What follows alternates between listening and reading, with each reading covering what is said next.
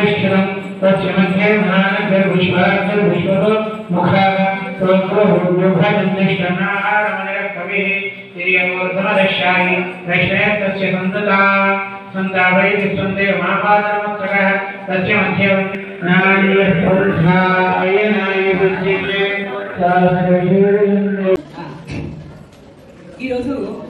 సంస్కృత భాష యొక్క ప్రాధాన్యత ప్రాశస్త్యం గురించి నేను కొంత మీకు వివరణ చేయాలి అని నా ఉద్దేశం.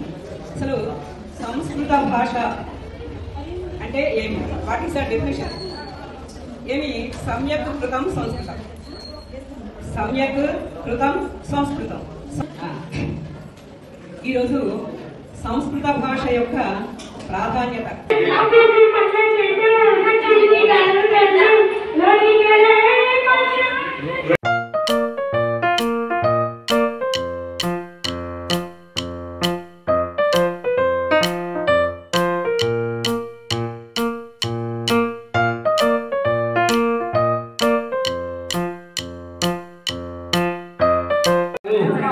పట్టుకుని వేలాడుతూ ఉంటుంది కానీ పండు కాదు.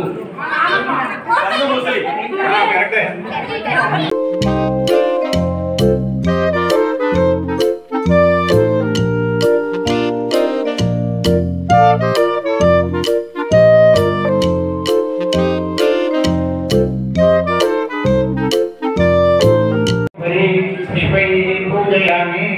ओम गणेशाय नमः पादो पूजयामि। ओम एकदंताय नमः गुरुभोगामि पूजयामि। ओम विघ्नराजाय नमः ऊरु पूजयामि। ओम हिरंबाय नमः कटिं पूजयामि। ओम लंबोदराय नमः गुरुं पूजयामि। ओम गणनाथाय नमः नाभिं पूजयामि। ओम गणेशाय नमः हृदयं पूजयामि। ओम स्थूलकण्ठाय नमः कण्ठं पूजयामि। ओम वक्रतुण्डाय नमः दण्डं पूजयामि। ओम पाशहस्ताय नमः हस्तौ पूजयामि। ओम सर्पनेत्रे नमः नेत्रौ पूजयामि। ओम सर्वेश्वराय नमः ललाटं पूजयामि। सर्वविघ्नाधिपाय नमः शिरं पूजयामि। सर्वाण्यङ्गानि पूजयामि। ओम गजाननाय नमः दूर्वायुधं पूजयामि। उमापुत्राय नमः दूर्वायुधं पूजयामि। हरसूनवे नमः दूर्वायुधमालां समर्पयामि। ओम गजाननाय नमः। ओम गणाध्यक्षाय नमः। ओम विघ्नराजाय नमः। ओम विनायकाय नमः। ओम प्रेमातुराय नमः। ओम गजाननाय नमः। ओम गणाध्यक्षाय नमः। ओम विघ्नराजाय नमः। ओम विनायकाय नमः। ओम प्रेमातुराय नमः। द्विमुखाय नमः। महागणपतये नमः। ओम मान्याय नमः। ओम महाकालाय नमः। ओम महाबलाय नमः। ओम निरंबाय नमः। ओम लंबोदराय नमः। ओम सरस्वतीग्रीवाय नमः। ओम मंगलस्वरूपाय नमः। ओम प्रमथाय नमः। ओम प्रथमाय नमः। ओम प्राज्ञाय नमः। ओम विघ्नहर्त्रे नमः। ओम विघ्नान्त्रे नमः। ओम विश्वनेत्रे नमः। विराट्पते नमः। वाग्पते नमः। ओम शृंगारिणे नमः। वाश्विदोच्छलाय नमः। भवाय नमः। ओम बलोत्थिताय नमः। भवात्मजाय नमः। पुरुषाय नमः। भूष्णे नमः। मंत्रवृते नमः। जामीगणप्रभाय नमः। गर्वाय नमः। सर्वोपन्यासाय नमः। सर्वदत्रे नमः। सर्वनेत्रे नमः। सर्वसिद्धये नमः। क्षोभ्याय नमः। कुमारगुरवे नमः। कुञ्जराय नमः। प्रमोदाय नमः। मोदकप्रियाय नमः। कान्तिमते नमः। धृतिमते नमः। कामिने नमः। कपीठवनप्रियाय नमः। ओम ब्रह्मविद्याय नमः। ब्रह्मचारिणे नमः। ब्रह्मविष्णवे नमः। ओम सच्चिदानन्दरूपाय नमः। पार्वतीतनयाय नमः। परमेश्वराय नमः। परमेश्वरप्रियाय नमः। ओम नित्याय नमः। ओम गणेश्वराय नमः। ओम देवाय नमः। ओम आक्रान्तजगत्प्रभवे नमः। ओम सर्वेश्वरीप्रदाय नमः। ओम सर्वसिद्धिफलप्रदाय नमः। ओम श्रीवरसिद्धिविनायकस्वामिने नमः। सुमुखाय नमः। एकदन्ताय नमः। बलाय नमः। जगन्निकाय नमः। लंबोदराय नमः। विघ्नराय नमः। विघ्नराजाय नमः। विनायकाय नमः। सोमदेवाय नमः। गणाध्यक्षाय नमः। कालचन्द्राय नमः। वक्रतुण्डाय नमः। शूर्पकर्णाय नमः। हेरम्बाय नमः। स्कन्दपूर्वजाय नमः। सर्वसिद्धिप्रदायकाय नमः। श्रीमन्महागणाधिपतये नमो नमः। नानाविधपरिमलपत्रपुष्पाणि समर्पयामि। धूपमाग्रापयामि। धूरदिदुर्वधुर्वन्दनुरोधनोत्पान् धूर्वदिदुर्वयं धूर्वावसुं देवानां प्रत्यक्षदीपं दर्शयामि। अखण्डदीपं समर्पयामि। धूपदीपान्तरं शुद्धाचमनीयं समर्पयामि। नैवेद्यं ददाति भूर्भुवस्सुवः तत्सवितुर्वरेण्यं भर्गो देवस्य धीमहि धियो यो नः प्रचोदयात्।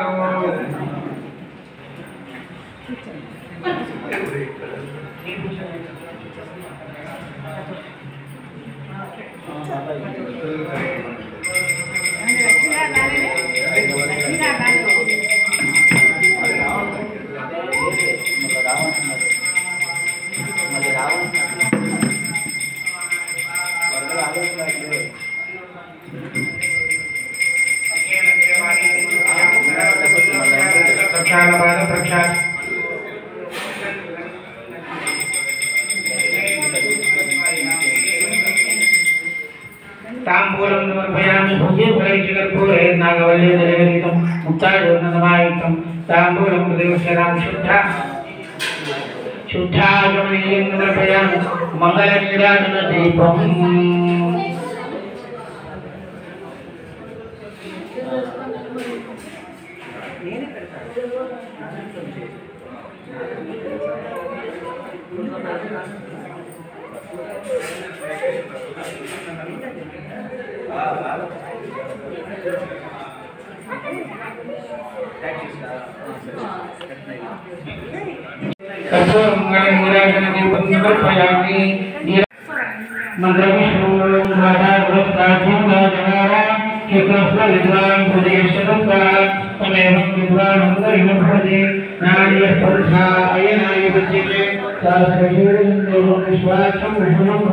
विश्वनारायण देव अक्षरपरमं फलं विश्वपरमानित्यं विश्वनारायणं हरिं विश्वमेवेनं भूयस्तद्विश्वदेवते परिमृत्यत्यात्मेश्वरं शिवमच्युतं नारायणं महाज्ञेयं विश्वात्मानं परायणं नारायणपरमात्मा नारायणः परः नारायणपरं ब्रह्म नारायणः परः नारायणपरो ध्यानाभ्यां नारायणः परः यशोजगत्सर्वं विषये श्रूयते सुखा अंतर्भविष्यवत्सर्वं व्याप्यनारायणस्थितः अनन्तमव्ययं कविवृन्दमुद्रेन्दं विषयं भवन् तद्भवसत्प्रदेवाजं प्रियञ्चाप्यस्वमुखम् अथो निश्चारुवक्ष्यान्ति नाभ्यां परितिष्ठते द्वारमालाकुरुभ्राति विश्वस्यायतन्नाथो सन्दनमुक्ष्याभुत्सुरम्पत्यागौषधनिभं तस्यान्ते सुगरं दोषं तस्मिन् सर्वं प्रतिष्ठितं तस्य मध्ये महानगर्विश्वार्धविश्वतो मुखाः त्वग्रहोर्योभजन्निष्ठनारमणकविः तिर्यमूर्धमदशायि वैष्णयस्तस्य सन्तता सन्दावैर्विस्वन्दे महापादनमस्तकः तस्य मध्ये वह्निशिखा अनियोद्भाव्योच्छिदः नीलतो इदमध्यन्तादिद्दिल्यस्य उभास्वरः नीवालशुभवत्तन्यमिदाभास्याचनोपमः तस्या शिखाया मध्ये परमात्मा योच्छिदः स ब्रह्मा स शिवः स विश्वेन्द्रसोऽक्षरपरमक्षराय राजाधिराजाय प्रभृतिदायिने नमो वयं वै श्रवणाय ब्रह्मणे समेकामान्तामगामायुष्यं कामेश्वरो वै श्रवणं ददातु कुबेराय वै श्रवणाय महाराजाय नमः। ॐ तद्ब्रह्मा ॐ तद्वायुः ॐ तदात्मा ॐ तत्सर्वम् ॐ तत्सत्यम् ॐ तत्सर्वम् ॐ तत्पूर्वं नमः। अन्तःशरीरभूतेषु गुणाय विश्वमूर्तिषु त्वय्यज्ञस्तम्भयकालस्तम्भेन्द्रस्तम्भद्रस्तम् विष्णुस्तं ब्रह्मत्वं प्रजापतिः तन्ददाभाभूतो देवतमृतं ब्रह्मभूर्भुवस्वरम् ईशान सर्वविद्यानाम् ईश्वर सर्वभूतानां ब्रह्माधिपतिर्ब्रह्मणोऽधिपतिर्ब्रह्मा शिवो मे सदाशिवो ॐ गणानां त्वा गणपतिं नमामहे कविं पुनश्चवत्तमम् ज्येष्ठराजं ब्रह्मणां ब्रह्मणस्पद आनश्वन्नोदिभिस्सेदसादनं तत्पुरुषाय विद्महे वक्रतुण्डाय धीमहि तन्नो दन्तिः प्रचोदयात्। परिविनायकस्वामिने नमः। वेदोक्तदिव्यमन्त्रपुष्पं समर्पयामि आत्मप्रदक्षिणानमस्कारं समर्पयामि। यानि कानि पापानि जन्मानाधिपतये नमो नमः। श्री गणेश महाराज की जय।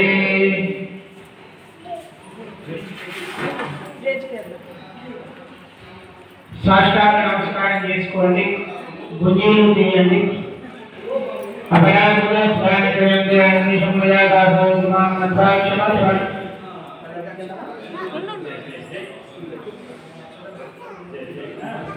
4 రోజులు పూజా కార్యక్రమంలో వచ్చి ఇందులో కూర్చుంటే స్వామి అనుగ్రహం మీకే జరుగుతుంది చక్కగా. ఈ 4 రోజులు మన తర్వాత ఎవరి ఇళ్లలో వాళ్ళు అలాగే ఉంటాయి, ఇల్లు ఎక్కడికి పో కాబట్టి అందరికీ రండి ఆహ్వానం మాట ఇన్విటేషన్ మళ్ళీ ఉంటారు. వాళ్ళందరూ ముందే చెప్పారు, ఉదయం 7 సాయంత్రం 7. గణేష్ మహారాజుకి జై. మహాగణాధిపతి పురుషాధిపత్య ద్వారా ఇలా రండి.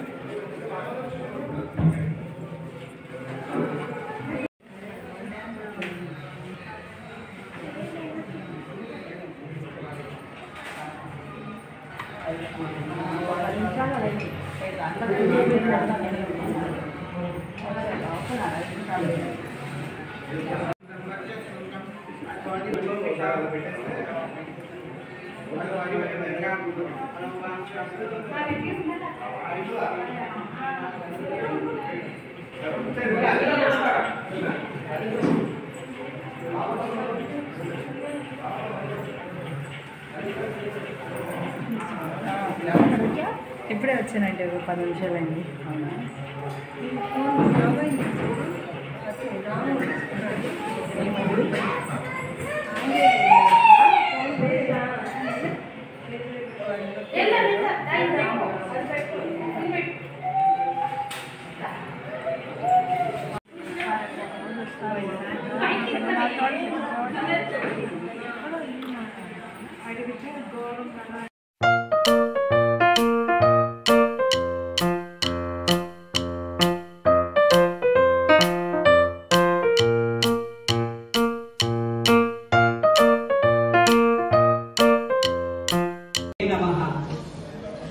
ఏకదంతాయ వక్రతుండాయ శ్రీ గణేశాయ ధీమహి. సభాయై నమః. సర్వే సోదర్య సమానః సోదరీ మణయః విద్యార్థిని విద్యార్థయః మమ ఆశీర్వచనాన్ని. ఒక ముఖ్య గమనిక, నేను చెప్పేటువంటి విషయాలు ఇవి ఎవరికి ఉద్దేశించినవి కావు. ఒక్కటి ముఖ్యంగా గమనించండి, ఎవరిని కించవచ్చడం నా ఉద్దేశం కాదు. ఓకేనా? ముఖ్య గమనిక. ఈరోజు సంస్కృత భాష యొక్క ప్రాధాన్యత, ప్రాశస్త్యం గురించి నేను కొంత మీకు వివరణ చేయాలి అని నా ఉద్దేశం. అసలు సంస్కృత భాష అంటే ఏమి? What is the definition? ఏమి? సమ్యక్ కృతం సంస్కృతం, సమ్యక్ కృతం సంస్కృతం, సంస్కారయుక్తం సంస్కృతం. సర్వే అన్ని భాషలకి కూడా మాతృభాష అయినటువంటిది సంస్కృత భాష. వందేహం సంస్కృత మాతరం, వందేహం గణనాయకం, వందేహం సంస్కృత మాతరం. అన్ని భాషలకి కూడా ప్రపంచంలో చాలా భాషలు ఉన్నాయి, కానీ అన్ని భాషలకి కూడా తల్లి భాష అయినటువంటిది సంస్కృత భాష. సంస్కృత భాష నుంచే మిగిలిన అన్ని భాషలు కూడా వచ్చాయి. ఫర్ ఎగ్జాంపుల్, ఉదాహరణకి మనకి తెలిసినటువంటివి చెప్తాను. సంస్కృతంలో మనం భ్రాత అంటాం, ఇంగ్లీష్ లో మనం ఏమంటాం? బ్రదర్ కదా. కనుక సంస్కృత భాష నుంచి దాంట్లో ఉన్నటువంటి కొన్ని మార్పుల ద్వారా ఈ బ్రదర్ అనేటువంటి పదం వచ్చింది ఇంగ్లీష్ లో. అదేవిధంగా మదర్ సంస్కృతంలో అయితే మాతృ, మాతృ మాత, మాతరహ మనం చెప్పుకున్నాం కదా. వందే సంస్కృత మాతరం, వందే మాతరం అని మనం పాడుతుంటాం కదా. మా తెలుగు తల్లికి మల్లె పూదండ, మా కన్న తల్లికి మంగళారతులు. కనుక ఇందులో మాతరం శబ్దం తీసుకుంటే మాతృ శబ్దం తల్లి అని అర్థం కదా. ఆ మాతృ శబ్దం నుంచే మదర్ అనేటువంటి ఇంగ్లీష్ వర్డ్ వచ్చింది. అదేవిధంగా మా పితృ శబ్దం తీసుకుంటే సంస్కృతంలో పితృ అనేటువంటి శబ్దం నుంచి ఫాదర్ అనేటువంటి శబ్దం నిష్పన్నమైంది సంస్కృతంలో. ఇదే విధంగా కనుక వందే సంస్కృత మాతరం అన్ని భాషలకి కూడా మూలమైనటువంటి మాతృభాష సంస్కృత భాష అని మనం గమనించాలి. ఒక అపోహ ఏమంటే ఈ సంస్కృత భాష చాలా కష్టమైనటువంటిది, మనం నేర్చుకోవడం చాలా కష్టమైనటువంటిది, అందువలన చాలా గ్రంథాలు భగవద్గీత కానీ విష్ణు సహస్రం కానీ ఏవైనా ఇవి చదువుకోవాలని ఆసక్తి ఉంటుంది, కానీ అది చాలా కష్టమైనటువంటి భాష అనేటువంటి ఉద్దేశంతో ప్రయత్నం చేయడానికి చాలా మంది కొంచెం వెనకాడుతుంటారు. కానీ అది కేవలం అపోహ మాత్రమే. ఎందుకని నేను వివరణ ఇస్తాను. ఎందుకంటే మనం మాట్లాడేటువంటి మన తెలుగు భాషను మనం మాట్లాడుతున్నాం కదా, తెలుగు భాషలోనే మనం గమనిస్తే కనుక 80% అందులో సంస్కృత పదాలే ఉన్నాయి. ఒక్కసారి మనం పరిశీలన చేస్తే కనుక తరువాత మనం పరిశీలించి చూస్తే ఆహా, సంస్కృత భాష ఇంత చాలా ఈజీ అయినటువంటిదా, ఇంత తేలికైనటువంటిదా అని మనం గమనిస్తాం. కనుక సంస్కృత భాష చాలా కష్టమైనటువంటిది అనేటువంటి అపోహ వద్దు. ఎందుకంటే తెలుగు పదాలు దాంట్లో మనం గమనించండి, మనం రాముడు అనే పదం తీసుకున్నాం అనుకోండి, ఉదాహరణకి రాముడు అని చెప్తాం. మనకి సంస్కృతంలో అది రామః. చూడండి, మనం తీసుకుంటే రామ అక్కడ పక్కన విసర్గ. అది మనకి తెలుగులోకి చూడండి, ఉకారం వచ్చి తర్వాత డుంగ్ అనేటువంటి ప్రత్యయం వచ్చి వ్యాకరణిత్య రాముడు అనేటువంటి పదం ఏర్పడింది. ఎంత ఈజీ కదా, అక్కడ కేవలం ప్రత్యయాలు మాత్రమే వచ్చే 2 అక్షరాలు అదే విధంగా ఉన్నాయి కదా. అదేవిధంగా ఏదైనా అన్ని పదాలు కూడా సీత అనేటువంటి పదం తీసుకుంటే అక్కడ మనకి సంస్కృతంలో ఆకారంతో ఉంటాయి, అదేవిధంగా గౌరీ ఈకారంతో ఉంటాయి. అది కేవలం హ్రస్వాలు వస్తే కనుక సీత అని మనం తెలుగులో మనం చెప్తున్నాం కదా. ఇవన్నీ మనం నిత్యం యూజ్ చేసేటువంటి పదాలే కదా, ఉపయోగించేటువంటి పదాలే కదా. కనుక సంస్కృత భాష చాలా నేర్చుకోవాలని ఆసక్తి ఉంటే చాలా ఈజీ అయినటువంటి భాష. కనుక విష్ణు సహస్రం అన్నీ కూడా ఎంతో మనం శ్రద్ధగా చదివితే చాలా ఈజీ అయినటువంటి. నేను ఇంకొక విషయం ప్రస్తావిస్తాను. ఈ సంస్కృత భాష మనం ఎందుకు నేర్చుకోవాలి? మనం నిత్యం ఒక శ్లోకమైనా మనం చదివితే కనుక, మనం పెద్దవాళ్ళని చదివితే మన ఇంట్లో పిల్లలు కూడా మనం ఏం చేసే వాటిని అనుసరిస్తుంటారు, ఆచరిస్తుంటారు. కనుక అది ముఖ్యంగా మనకి పండగల విషయంలో అది చాలా రుజువు అవుతుంది. మనకి హిందువులకి పండుగలు అనేకం కదా. కనుక అది మనకి ఏదైనా పండుగ సంప్రదాయాలని మనకి తెలిపేటువంటివి ఇవన్నీ కూడా పండుగలు. ఉదాహరణకి వరలక్ష్మి వ్రతం తీసుకుంటే ఆ పూజలవి చేసేటప్పుడు అందులో సమర్పయామి, గృహ్ణామి ఇట్లా ఈ విధంగా అంటాం కదా. సమర్పయామి అంటే సమర్పించుతున్నాను, దాంట్లో ఎన్ని పదాలు సేమ్ అక్షరాలు ఉన్నాయి చూడండి. అదేవిధంగా గృహ్ణామి అంటే తీసుకుంటున్నాను అని ఈ విధంగా మనకి సంస్కృత భాషను మనం తెలుసుకుని అర్థం చేసుకుని చదివితే కనుక అది చాలా ఉపయోగకారిగా ఉంటుంది. ఇంకొక విషయం కూడా మనం చెప్తుంటే మనకి తెలుస్తుంటుంది. కనుక పూజలు చేసేటప్పుడు వాటి యొక్క అర్థం తెలుసుకుని మనం ఆ పదాలను ఉపయోగిస్తే కనుక అది మనకి ఎందుకు చేస్తున్నాము, దేని నివారణార్థం చేస్తున్నాము. ఇప్పుడు ఇందులో కూడా గురువుగారు చెప్తుంటారు, యానికా చెప్ప పానిక శక్తి ఇవన్నీ మనం డైలీ చెప్పుకునేటువంటిది. వాటి యొక్క అర్థం మనం తెలుసుకుంటే అది మనకి చాలా ప్రయోజనకారిగా ఉంటుంది. ఇంకా ఇంకొక విషయం, ఈ పండుగలలో ఇప్పుడు మనం చేసుకునేటువంటిది ఈ వినాయక చవితి పండుగ తీసుకుంటే, ఈ వినాయక చవితి ప్రత్యేకం గణేష్ పత్రాలతోనే మనం పూజ చేస్తే చాలా సంతోషించేటువంటి, మనకు అనుగ్రహాన్ని ఇచ్చేటువంటి గణేశుడు ఈ గణేష్ కదా, వినాయకుడు. చాలా మంది ఎక్కువ ఖరీదు పెట్టనవసరం లేదు, కానీ అది ఎట్లా చేయాలి అనేటువంటి విషయాన్ని భగవద్గీతలో శ్రీకృష్ణ పరమాత్మ చెప్పారు. 9వ అధ్యాయంలో రాజవిద్య యోగంలో అది 9వ అధ్యాయము 26వ శ్లోకం. ఇక్కడ మనం చేసుకునేటువంటిది ఇప్పుడు ఈ గణేష్ కి సంబంధించినటువంటి చతుర్థి కాబట్టి ఇందులో మనం ఉపయోగించేటువంటివి ఎక్కువ పత్రాలే ఉపయోగిస్తాం. పత్రాలు మీన్స్ ఆకులు కదా. ఏకవింశతి పత్రాన్ని సమర్పయామి అని మనం చేసుకుంటాం కదా.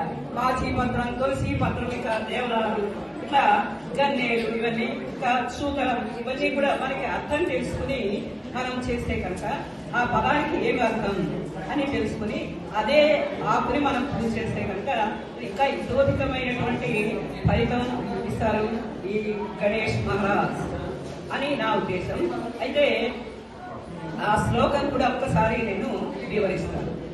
పత్రం పుష్పం ఫలం తోయం యోమే భక్ష్య ప్రయచ్చతి తరహం ప్రతిగృహ్ణామి ప్రయతాత్మన. పత్రం పుష్పం ఫలం తోయం యోమే భక్ష్య ప్రయచ్చతి తరహం తరస్నామి ప్రయతాత్మన. చూడండిలో ఉన్నటువంటి చాలా మనకి తెలిసినటువంటి పదాలు చూడండిలో పత్రం పుష్పం ఫలం తోయం ఇందులో ఈ 3 పదాలు మనకి తెలిసినటువంటివే కదా, మనం తెలుగులో మనం చెప్పేటువంటివే కదా.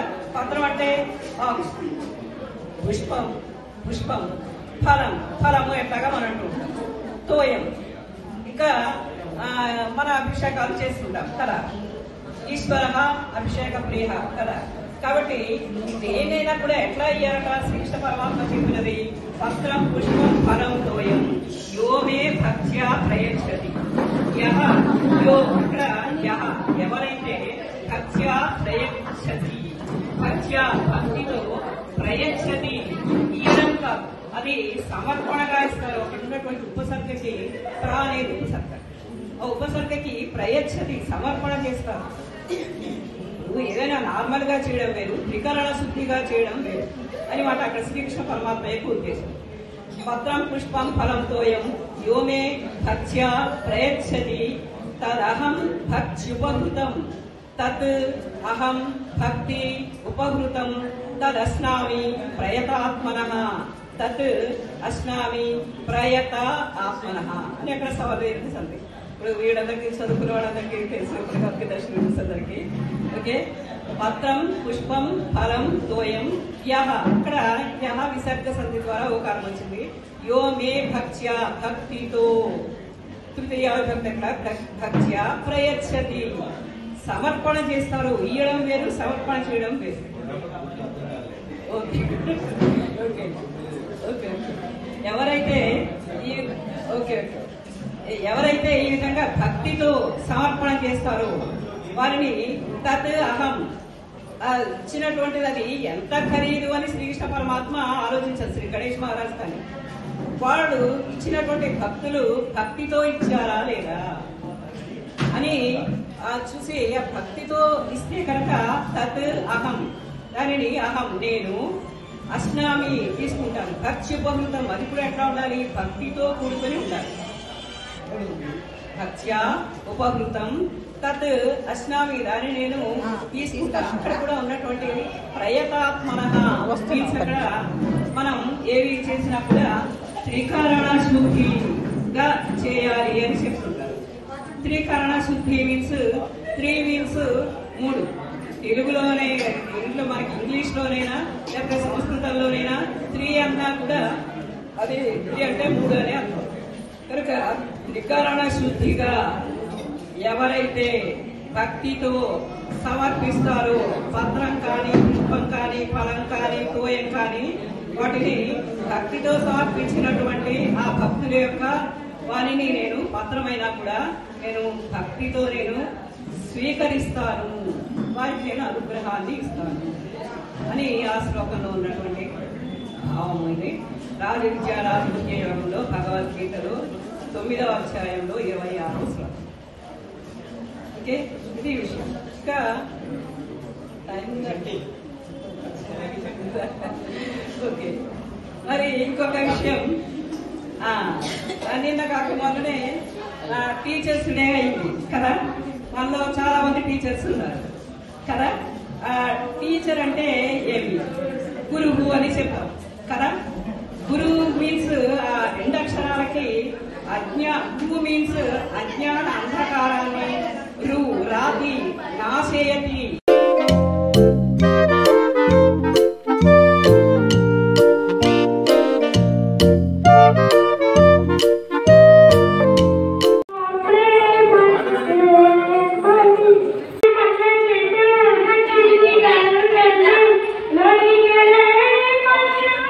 Good. కనిపించిపోతుంది.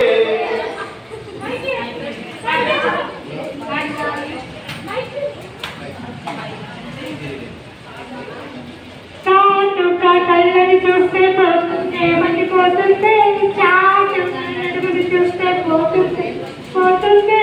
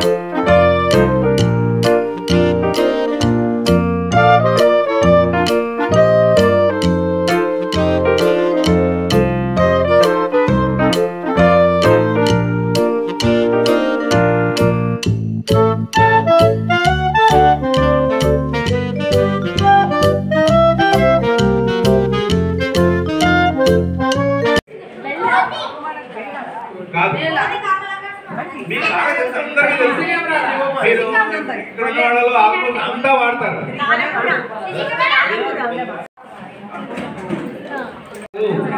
పట్టుకుని వేలాడుతూ ఉంటుంది కానీ పండు కాదు. పండు ముసలి. కరెక్టే.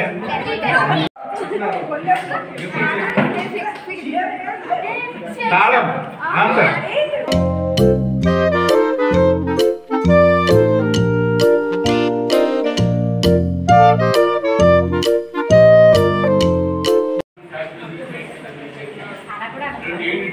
చేశారు కదా, దాంతో యూనియన్ టెరిటరీస్ 9 అయినాయి, స్టేట్స్ 28 అయినాయి. తెలంగాణ 29th స్టేట్ తెలంగాణ ఏర్పడినప్పుడు, కానీ ఇప్పుడు 28 ఉన్నాయి. జమ్మూ అండ్ కాశ్మీర్ తీసేయటం వల్ల. మరి ఏళ్ళకే క్వశ్చనా? సరే, వాళ్ళు 0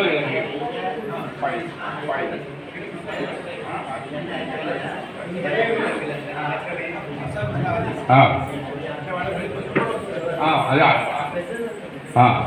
సరే. మన తెలంగాణలో ఎన్ని జిల్లాలు ఉన్నాయి?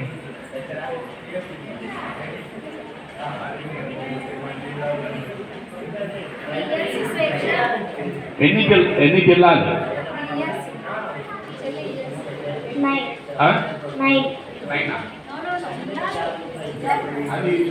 అన్ని ఇయర్స్ ఇప్పుడు చాలా కాదు, 9 అని చెప్తుంది కదా, మీకు ఎన్ని ఇయర్స్ అంటే సుమారు చెప్పండి. 25. అక్కడ నెంబర్ చెప్పావు. ఇంకా పెంచు, ఇంకా పెంచు.